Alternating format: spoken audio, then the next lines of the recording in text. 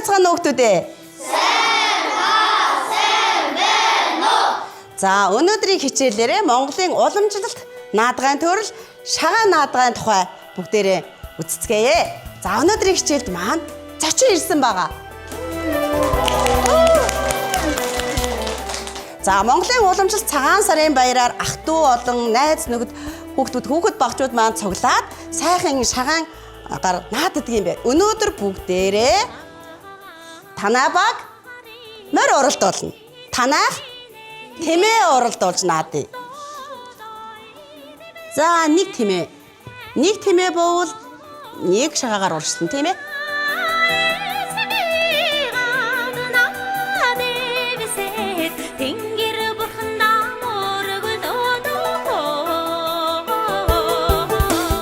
Шинийн нэгний идэ будаа шимшүүлт өнгө жавханаас тэр жилийн буян хишиг тогтно гэж үздэг.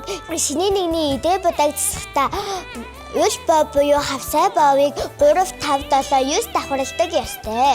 Өвгийн гэрийн идэг 7 давхар, эцгийн гэрийн идэг 5 давхар, урагшлаж хурмсан хүүгийн гэрийн идэг 3 давхар засна.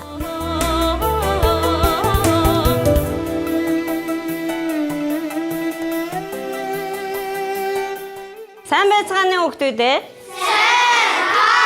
Сайн байна уу? За, өнөөдөр хэдүүлээс золгох ёсны тухай хичээл орно. Золгох ёсны талаар мэдэх хүүхэд байна уу? Амар энэ шаашинтай сайхан шинжиж гин үү? За, ахын тастай үнэтэй өөр яаж мэдлдэг билээ?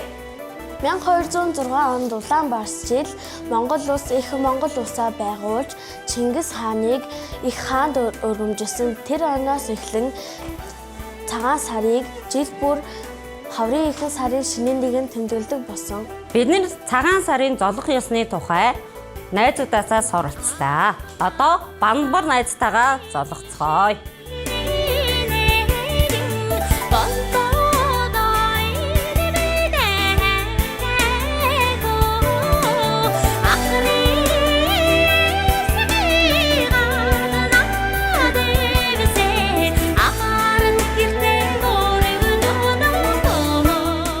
Өнөөдрийн хичээлээр золгох ёсны тухай үзлээ. Хүрэлцэн ирсэн Банбартаа баярлалаа. Баяртай.